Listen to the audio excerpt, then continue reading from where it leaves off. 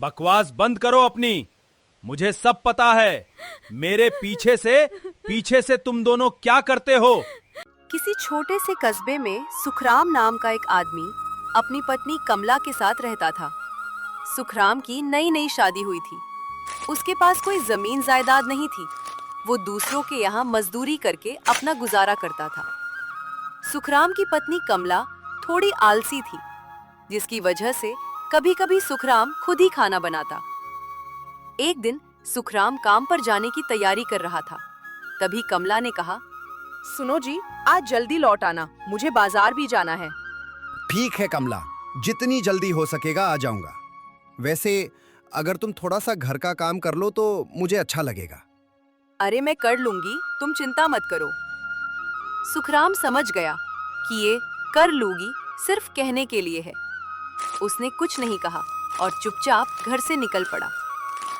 कस्बे के रास्ते पर चलते हुए उसे कुछ औरतों की बातें सुनाई दी। देखो देखो, यही है सुखराम, कितना मेहनती है। बेचारा खुद ही काम करता है, खुद ही खाना बनाता है और इसकी पत्नी बस आराम ही करती रहती है। सुखराम ने ये सब सुन लिया, पर सिर झुकाकर आगे बढ़ना ही बेहतर समझा। काम की जगह पहुंचकर वो खेत में मेहनत करने लगा। मालिक ने कहा, सुखराम आज ज्यादा काम है, मेहनत करनी पड़ेगी। कोई बात नहीं मालिक, मैं पूरा प्रयास करूंगा। पूरा दिन धूप में काम करते करते उसका शरीर थक चुका था, पर चेहरे पर शिकायत का कोई भाव नहीं था। शाम को जब सुखराम घर लौटा तो उसने देखा कि घर वैसा ही पड़ा है। बर्तन इधर उधर बिखरे हैं, चूल्हा ठंडा है। कमला, तुम इतनी लापरवाह कैसे हो सकती हो? तुमने कुछ नहीं किया। अरे, आप तो ऐसे सिर पर चढ़े जा रहे हो जैसे कोई बड़ा नुकसान हो गया हो। आज मेरा मन नहीं था, अब तुम बना लो ना खाना। सुखराम कुछ देर चुप रहा, फिर बिना कुछ कहे चूल्हे के पास बैठ गया और खाना बनाने लगा। खाना बनाते वक्त उसके मन में सवाल उठे। क्या यही जिंदगी है? दिन रात मेहनत करूं और घर आकर भी सब कुछ खुद करूं? उसकी आंखों में हल्की नमी आ गई, पर उसने अपने आंसू छुपा लिए। रात को खाना खाते समय सुखराम ने धीरे से कहा, कमला, अगर हम दोनों मिलकर काम करें तो जिंदगी आसान हो सकती है। कमला ने बिना उसकी ओर देखे कहा, मुझे ये सब बातें समझ नहीं आती। तुम जैसे कर रहे हो वैसे ही करते रहो। उस रात सुखराम देर तक सो नहीं पाया। उसे समझ आ गया कि सिर्फ मेहनत करने से ही सब कुछ ठीक नहीं होता। कभी कभी रिश्तों में समझ और जिम्मेदारी भी उतनी ही जरूरी होती है। अगले दिन सुखराम घर में बैठा था कि अचानक दरवाजे पर दस्तक हुई। कौन है? अरे दरवाजा तो खोल, पहचान नहीं पाए क्या? सुखराम ने दरवाजा खोला तो सामने अपने पुराने दोस्त मदन को देखकर खुश हो उठा। अरे मदन, बहुत दिनों बाद दिखाई दिए। आओ आओ, कैसे आना हुआ? अरे क्या बताऊं सुखराम भाई, थोड़ा काम में फंस गया था, इसलिए आ नहीं पाया। और सुनो, कैसा है? मैं तो ठीक हूं, तू सुना? वैसे भाभी कहाँ है? दिखाई नहीं दे रही। अरे कमला, जरा बाहर आओ, देखो कौन आया है। कुछ ही क्षणों में कमला बाहर आई। जैसे ही मदन की नजर उस पर पड़ी, वो कुछ पल उसे देखता रहा। वाह, कितनी सुंदर है। हमारी भाभी तो सच में बहुत खूबसूरत है। कमला ने हल्की मुस्कान दी। तभी मदन ने अपनी जेब से एक चमचमाती सोने की चेन निकाली। ये लीजिए भाभी, ये आपके लिए। सुखराम थोड़ा चौंका। अरे मदन, तू भी ना, क्या जरूरत थी इतना महंगा तोहफा खरीदने की? अरे सुखराम, तुम भी ना, एक यही तो हमारी भाभी हैं। अगर मैं इनके लिए नहीं लाता तो किसके लिए लाता? क्यों भाभी? हाँ, आपने बिल्कुल ठीक कहा। वैसे भी ये चेन मुझे बहुत अच्छी लगी। इसके लिए आपका बहुत बहुत धन्यवाद। सुखराम चुपचाप ये सब देखता रहा। कुछ दिन बीत गए। एक दिन सुखराम काम पर गया हुआ था। घर में सिर्फ कमला थी। तभी दरवाजे पर हल्की दस्तक हुई। कौन है? मैं हूं मदन। कमला ने दरवाजा खोला और मुस्कुराते हुए कहा, अरे आइए, बैठिए। मदन अंदर आया और जेब से एक सुंदर अंगूठी निकाली। लीजिए भाभी, आपके लिए ये अंगूठी लाया हूँ। अरे, इसकी क्या जरूरत थी? पहन लीजिए भाभी, आपको बहुत अच्छी लगेगी। कमला ने अंगूठी पहन ली। कुछ पल बाद उसने पूछा, मदन, एक बात बताओ, तुम मेरे लिए इतनी महंगी चीजें क्यों लाते हो? वो क्या है भाभी, मेरा रोज शहर आना जाना लगा रहता है। मुझे ये चीजें दिख जाती हैं तो ले आता हूँ। क्या हुआ, आपको पसंद नहीं आई? नहीं नहीं, ऐसी बात नहीं है। मुझे तो इन चीजों का बहुत शौक है, पर तुम्हारे भैया दिलाते ही कहाँ हैं। ठीक कहा भाभी, वैसे भी ये सुखराम तुम्हें क्या ही दिला सकता है। वो एक मजदूर है, उसके बस की बात नहीं कि तुम्हें इतनी महंगी चीजें खरीद कर दे। कमला चुप हो गई, पर उसके मन में ये बात घर कर गई। मुझे लगता है तुम्हारी शादी गलत इंसान से हो गई। तुम्हारी शादी तो किसी अच्छे लड़के से होनी चाहिए थी। कहाँ तुम इस गरीब के चक्कर में पड़ गई? कमला के चेहरे पर सोच के भाव आने लगे। धीरे धीरे दिन बीते। अब मदन रोज चुपके चुपके सुखराम के घर आने लगा। हर दिन वो कमला के लिए नई नई महंगी चीजें लाता और जल्द ही दोनों घर से बाहर भी मिलने लगे।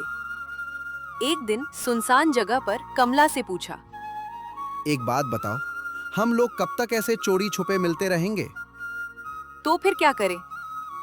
मेरे हिसाब से तुम सुखराम को किसी काम के बहाने बाहर भेज दो, फिर हमें मिलने से कोई नहीं रोक पाएगा। कमला कुछ पल सोचकर बोली, हाँ, तुम बिल्कुल ठीक कह रहे हो। अब मुझे ऐसा ही करना होगा। अगली सुबह सुखराम काम पर जाने को तैयार था, पर आज कमला का व्यवहार अलग था। सुनिए जी, आप ऐसे मजदूरी करके कब तक गुजारा करेंगे? और अगर कल को हमारे बच्चे होंगे तो उनके भविष्य का क्या होगा? मुझे नहीं लगता कि ऐसे हमारा जीवन सुधर पाएगा। सुखराम चौंका। तुम कहना क्या चाहती हो कमला? सोच रही थी कि आप शहर जाकर कुछ काम करें। वहां जाकर पैसे कमाओगे तो हमारे पास कुछ जमा हो पाएगा और फिर हम कोई छोटा मोटा काम शुरू कर सकते हैं। सुखराम कुछ देर चुप होकर सोचने लगा। कमला, वैसे तो मैं तुम्हें छोड़कर नहीं जाना चाहता, पर अगर तुम यही चाहती हो तो मैं चला जाता हूँ। बस अपना ध्यान रखना, किसी चीज की जरूरत पड़े तो पास की शांता काकी से मांग लेना। कमला ने बस सिर हिला दिया। अगले दिन सुखराम ने अपने छोटे से झोले में कुछ कपड़े और थोड़ा सा खाना रखा और घर से निकल गया। एक बार पीछे मुड़कर घर को देखा, फिर वो शहर की ओर चल पड़ा। कुछ घंटों के सफर के बाद शहर तो आ गया, पर रहेगा कहाँ? वो इधर उधर देखता रास्ता रहा, पर कोई रास्ता नहीं सूझा। तभी उसकी नजर एक छोटे से घर पर पड़ी। उसने हिम्मत करके दरवाजे के पास जाकर पूछा, अरे सुनो भाई, घर में कोई है? कुछ ही पल में एक बूढ़ा आदमी बाहर आया। क्या हुआ बेटा, किसे ढूंढ रहे हो? बाबा, मैं कस्बे से आया हूँ, यहाँ काम की तलाश में हूँ, पर मेरे पास रहने की कोई जगह नहीं है और अभी इतने पैसे भी नहीं कि किराए का घर ले सकूं। क्या आप मेरी थोड़ी मदद करेंगे? बूढ़े ने कुछ पल ध्यान से उसे देखा। ठीक है बेटा, तू यहीं ठहर जा। मेरे पास भी कोई काम करने वाला नहीं है। दरअसल मेरी एक बेटी है, वो अपने मामा के यहाँ गई है, इस वजह से मैं अकेला हूँ। तुम बेफिक्र होकर मेरे साथ रह सकते हो, बस मेरे घर का थोड़ा बहुत काम कर देना। सुखराम के चेहरे पर खुशी छलक उठी। धन्यवाद बाबा, मैं आपकी हर बात मानूंगा और आपको कोई परेशानी नहीं होने दूंगा। उस दिन से सुखराम बूढ़े प्रेमचंद के घर रहने लगा। अगली सुबह सुखराम काम की तलाश में एक कारखाने के पास पहुंचा। उसने हिम्मत जुटाकर ठेकेदार से बात की। मालिक, मुझे काम चाहिए, मैं कोई भी मेहनत करने को तैयार हूँ। काम तो मिल जाएगा, पर मेहनत बहुत करनी पड़ेगी। मैं मेहनत करने को तैयार हूँ, बस मुझे काम दे दीजिए। ठीक है, कल से काम पर आ जाना। सुखराम के चेहरे पर संतोष आ गया। धन्यवाद भगवान, आपने मेरा रास्ता आसान कर दिया। अगले दिन से उसने कारखाने में काम शुरू कर दिया। सुबह से शाम तक भारी भारी बोरियां सिर पर उठाकर एक जगह से दूसरी जगह ले जाता। शाम को थका हारा लौटता और फिर खुद के साथ साथ बाबा के लिए भी खाना बनाता। बाबा ने एक दिन पूछा। बेटा तू दिन भर इतना काम करता है, फिर भी मेरे लिए खाना बनाता है, थकता नहीं क्या? बाबा, मेरी तो ये आदत है, और वैसे भी आपकी सेवा करके मुझे सुकून मिलता है। बाद सुखराम ने अपनी पत्नी कमला को एक खत भेजा। मदन ने वो खत पढ़ा और जोर जोर से हंसने लगा। अरे देखो देखो, हमारे मजदूर साहब को नौकरी मिल गई। कमला भी उसके साथ हंसने लगी। सच में बता तो ऐसे रहा है जैसे कोई बहुत बड़ा काम कर लिया हो। अरे रहने भी दो, ये चाहे कुछ भी कर ले, रहेगा तो मजदूर का मजदूर ही। तुम देखना, ये कभी भी तुम्हें मेरे जितना खुश नहीं रख पाएगा।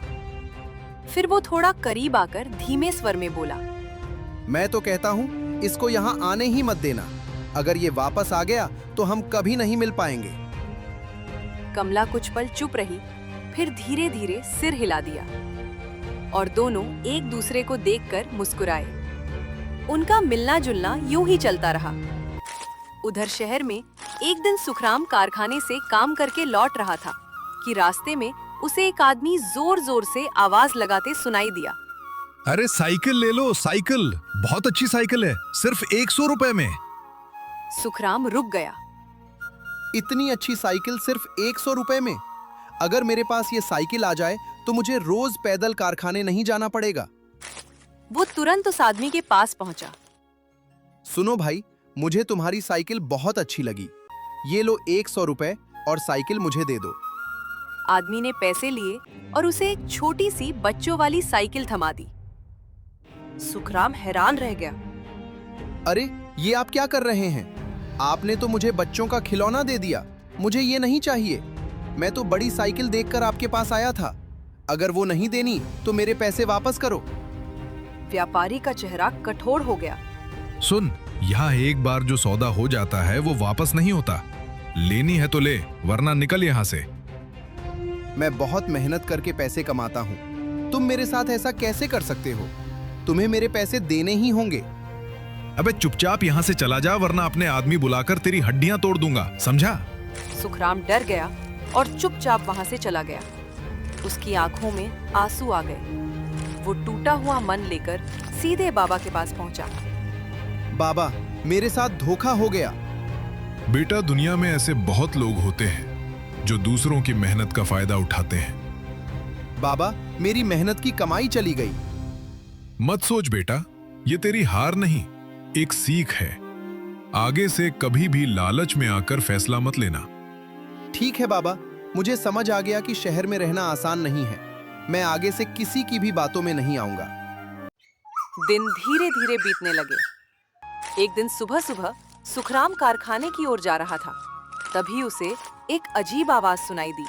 हे भगवान, तेरा बहुत बहुत धन्यवाद कि तूने मुझे 2 आंखें दी। जिनके पास एक ही आंख होती होगी, उनका क्या हाल होता होगा। सुखराम को हंसी आ गई। अरे ये कैसी बातें कर रहा है? इसकी खुद एक आंख है, फिर भी 2 आंखें बता रहा है। तभी वो आदमी गुस्से में मुड़ा। ओए, तू इतना जोर जोर से क्यों हंस रहा है? कुछ नहीं भाई, बस यूं ही। इसका मतलब मेरी एक आंख तेरे पास है। चल जल्दी से मेरी आंख मुझे वापस कर। सुखराम घबरा गया। अरे तुम क्या कह रहे हो? तुम्हारी आंख मेरे पास कैसे हो सकती है? मैं तो बस तुम्हारी बचकानी बातों पर हंस रहा था। नहीं, मेरी आंख तेरे पास ही है। तुझे मेरी आंख वापस करनी ही होगी, वरना मैं लोगों को बुलाकर तेरी खूब पिटाई करवाऊंगा। सुखराम समझ नहीं पाया। भाई मेरी बात समझो, तुम्हारी आंख मेरे पास नहीं है। पर वो आदमी मानने को तैयार नहीं था। ठीक है, तुम्हें अपनी आंख चाहिए ना? चलो मेरे साथ, मैं तुम्हें तुम्हारी आंख दिलवा दूंगा। हाँ चल, अभी चल। सुखराम उसे लेकर सीधे बाबा के घर पहुंचा और सारी बात बताई। बाबा ने गहरी सांस ली। अरे सुखराम, ये रोज रोज क्या नया बखेड़ा खड़ा कर देते हो? मैंने तुम्हें कितनी बार समझाया है कि ऐसे लोगों के चक्कर में मत फंसो। मुझे माफ कर दीजिए बाबा, पर आज ये आदमी खुद मेरे गले पड़ गया। मैंने तो कुछ किया नहीं, बस हंस पड़ा था और इसे लगा कि इसकी आंख मेरे पास है। ठीक है, तुम चिंता मत करो, मैं संभालता हूं। बाबा ने उस आदमी से कहा।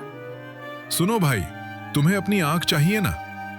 हाँ, मुझे मेरी आंख चाहिए, अभी के अभी। मिल जाएगी, पर इसके लिए तुम्हें कल आना होगा।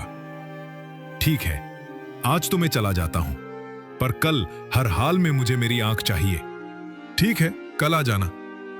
वो आदमी गुस्से में वहां से चला गया। सुखराम ने घबराकर पूछा, बाबा अब क्या होगा? कल वो फिर आएगा? चिंता मत करो बेटा, कल उसे उसकी आंख भी मिलेगी और सबक भी। सुखराम बिना सवाल किए बाजार गया और वहां से बकरे की आंखें लेकर लौट आया। अगले दिन वो कान्हा आदमी फिर गुस्से में पहुंचा। कहाँ है मेरी आंख? आज हर हाल में मुझे मेरी आंख चाहिए। बाबा शांत भाव से अंदर गए और बहुत सारी आंखें लेकर आए। लो भाई, इनमें से अपनी आंख पहचान लो। मेरे पास तो ऐसी बहुत सारी आंखें हैं। इतनी सारी आंखें देखकर आदमी घबरा गया। अरे, ये तो बहुत सारी आंखें हैं। अब इनमें से सही कौन सी है? अगर गलत उठा ली तो कहीं मुझे और बीमारी ना हो जाए। मैं तो सोच रहा था कि इनसे पैसे ऐंठ लूंगा, पर यहां तो मेरी ही चाल उल्टी पड़ गई। फिर वो बोला, सुनो, मुझे मेरी आंख नहीं चाहिए, मैं जा रहा हूं। और बिना पीछे देखे वहां से भाग गया। सुखराम हतप्रभ रह गया। बाबा, आपने तो कमाल कर दिया। आपकी बुद्धि के आगे उसकी चालाकी हार गई। बेटा, दुनिया में सिर्फ मेहनत नहीं, समझदारी भी जरूरी होती है। उस दिन के बाद सुखराम और भी सतर्क हो गया। वो पूरी लगन से काम करने लगा। दिन बीते, हफ्ते गुजरे, महीने निकल गए। अब उसके पास अच्छी खासी बचत थी। एक दिन शाम को वो बाबा के पास बैठा बोला, बाबा, मैं सोच रहा था कि अब मेरे पास कुछ पैसे जमा हो गए। अब मुझे कस्बे जाकर अपना कोई काम शुरू करना चाहिए। मैं अब और ज्यादा अपनी पत्नी से दूर नहीं रह सकता। ठीक है बेटा, अगर तुम जाना चाहते हो तो जाओ। वैसे भी तुम बहुत सीधे हो। तुम जैसे आदमी का यहां ज्यादा दिन रहना ठीक नहीं। तुम्हारा कस्बे में रहना ही बेहतर है। बाबा, आपका बहुत बहुत धन्यवाद। अगर आपने मुझे सहारा ना दिया होता तो पता नहीं मैं जिंदा भी होता या नहीं। आपने मेरी बहुत मदद की है। ठीक है बेटा, अब अपना सामान इकट्ठा कर लो और जाने की तैयारी करो। पर एक बात याद रखना, जब तक मजबूरी ना हो, अपनी पत्नी को छोड़कर कभी काम के लिए बाहर मत जाना। अगर हो सके तो उसे साथ ही रखना। और हाँ, घर की जो रूखी सूखी रोटी होती है वो शहर के स्वादिष्ट खाने से कहीं ज्यादा बेहतर होती है। ये सुनकर सुखराम चौंक गया। बाबा, इसका मतलब मैंने बहुत बड़ी गलती कर दी। मैंने आपकी हर बात के उल्टा ही किया। पता नहीं अब मेरे साथ क्या होगा। बेटा, अब जो भी हो उसे बदल नहीं सकते, पर आगे क्या करना है ये तुम्हारे हाथ में है। इसलिए हमेशा ठंडे दिमाग से फैसला लेना। गुस्से में लिया गया फैसला जिंदगी बर्बाद कर सकता है। सुखराम ने बाबा की हर बात अपने मन में बैठा ली। अगले दिन वो अपना सामान लेकर कस्बे की ओर निकल पड़ा। लंबे सफर के बाद वो अपने घर के पास पहुंचा। तभी अचानक उसके कदम रुक गए। घर के अंदर से कुछ आवाजें आ रही थी। अरे मदन जी, क्या तुमने सुना? अभी कुछ दिन पहले सुखराम का खत आया था। वो 1 महीने बाद आने वाला है। अगर वो यहाँ आ गया तो हमारा मिलना मुश्किल हो जाएगा। हमें कुछ करना होगा। अरे कमला, तुम चिंता क्यों करती हो? वो मूर्ख तुम पर जान छिड़कता है। तुम जो चाहो उससे करवा सकती हो। जैसे ही वो आए तुम फिर कोई बहाना बनाकर उसे बाहर भेज देना और हम फिर ऐसे ही मिलते रहेंगे। ये सुनते ही सुखराम के पैरों तले जमीन खिसक गई। उसकी आंखों में आंसू और दिल में आग भर गई। कमला, बाहर आओ। सुखराम की आवाज सुनकर दोनों घबरा गए और बाहर आए। सामने सुखराम को गुस्से में खड़ा देखा। सुखराम, तुम वापस आ गए? तुमने बताया भी नहीं कि तुम आज आ रहे हो। दरअसल मैं तो बस यहाँ से गुजर रहा था। सोचा कि भाभी का हालचाल पूछ लूं। वैसे भी आज भाभी की तबीयत ठीक नहीं थी, इसलिए रुक गया। ये सुनते ही सुखराम का गुस्सा और बढ़ गया। मदन, अब ज्यादा झूठ मत बोल। मैंने तुम दोनों की सारी बातें सुन ली हैं। मुझे सब पता चल चुका है कि तुम दोनों मेरे पीछे क्या कर रहे थे। मदन, कैसा दोस्त है तू? एक बार भी मेरे बारे में नहीं सोचा मैं किन परिस्थितियों से गुजर रहा था और तूने उसी का फायदा उठाया। मुझे तुझसे ऐसी उम्मीद नहीं थी। आज तुझे दोस्त कहते हुए शर्म आ रही है। अरे सुखराम, ये तू क्या उल्टा सीधा बोल रहा है? तुझे शर्म नहीं आ रही जो तू अपनी पत्नी और दोस्त पर ऐसे इल्जाम लगा रहा है? मैं तो तेरी भलाई के लिए यहाँ आता था, ताकि तेरे जाने के बाद भाभी को किसी चीज की कमी न हो और तू आराम से काम कर सके। बस अब और नाटक मत कर। तुझसे किसने कहा था कि तू कमला का ध्यान रख? मुझे सब सच पता चल चुका है। इतने में आसपास के कस्बे वाले भी शोर सुनकर इकट्ठा हो गए। भीड़ में से पड़ोस की शांता काकी आगे आईं। सुखराम बेटा, तूने सही किया कि आज तू वापस आ गया। इन दोनों ने तो बेशर्मी की हद पार कर दी थी। इनकी हरकतों का असर अब कस्बे के बच्चों पर भी पड़ने लगा था। अब समय आ गया है कि तू कोई बड़ा फैसला ले। ये सब सुनकर सुखराम को पूरी सच्चाई समझ में आ गई। उसका दिल पूरी तरह टूट गया। अब बहुत हो चुका मदन, तू कमला को लेकर यहाँ से चला जा। मुझे अब इस जैसी औरत की कोई जरूरत नहीं। मैं आज से ही इससे सारे नाते तोड़ता हूँ। अब मेरा इससे कोई रिश्ता नहीं। वैसे भी ये तुझे पसंद करती है, मुझे नहीं तो इसे यहाँ रखने का कोई फायदा नहीं। तू इसे अपने साथ ले जा। मुझे अब इसकी सूरत भी देखना पसंद नहीं। कमला ने नजरें झुकाए बेशर्मी से सब सुना। फिर मदन बिना कुछ कहे उसे लेकर वहां से चला गया। सुखराम धीरे धीरे अपने घर के अंदर गया और फूट फूट कर रोने लगा। हे भगवान, मैंने ऐसी कौन सी कमी छोड़ी थी जो आज मेरे साथ ये सब हुआ? दिन बीतने लगे। अब सुखराम न ठीक से खाता न किसी से बात करता। वो अपने दोस्त और पत्नी के धोखे को भुला नहीं पा रहा था। एक दिन अचानक उसे बाबा की बातें याद आईं। मुझे बाबा के पास जाना चाहिए, शायद वही मुझे सही रास्ता दिखा सके। उसने कस्बा छोड़ दिया और फिर से शहर की ओर निकल पड़ा। कुछ समय बाद वो बाबा के घर पहुंचा। बाबा ने उसे देखा तो चौंक गए। अरे सुखराम, तुम आओ बेटा। सुखराम की आंखों में आंसू आ गए। वो बैठ गया और पूरी कहानी बाबा को सुना दी। बेटा, तुमने बिल्कुल सही किया। जो स्त्री अपने पति का सम्मान न करे, उसके साथ रहना ठीक नहीं होता। सुनो बेटा, मैंने तुम्हें पहले बताया था कि मेरी एक बेटी है। वो अपनी मामा के पास गई हुई थी, पर अब वो वापस आ गई है। वो बहुत संस्कारी है। मैंने उसे बहुत अच्छे से पाला है और मैं उसके लिए तुम्हारे जैसा ही कोई लड़का ढूंढ रहा था। अगर तुम्हें कोई ऐतराज न हो तो मैं चाहता हूं कि तुम मेरी बेटी से शादी कर लो। ये सुनते ही सुखराम की दुनिया बदल गई। जिस इंसान को वो अपना दुख बांटने के लिए ढूंढ रहा था, आज उसे वही मिल चुका था। बाबा, अगर आपको मुझ पर विश्वास है तो मुझे ये रिश्ता मंजूर है। बाबा के चेहरे पर खुशी आ गई।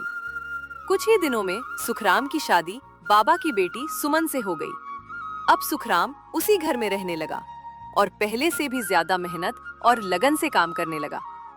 इस बार उसके जीवन में सुकून था और दिल में एक नई उम्मीद।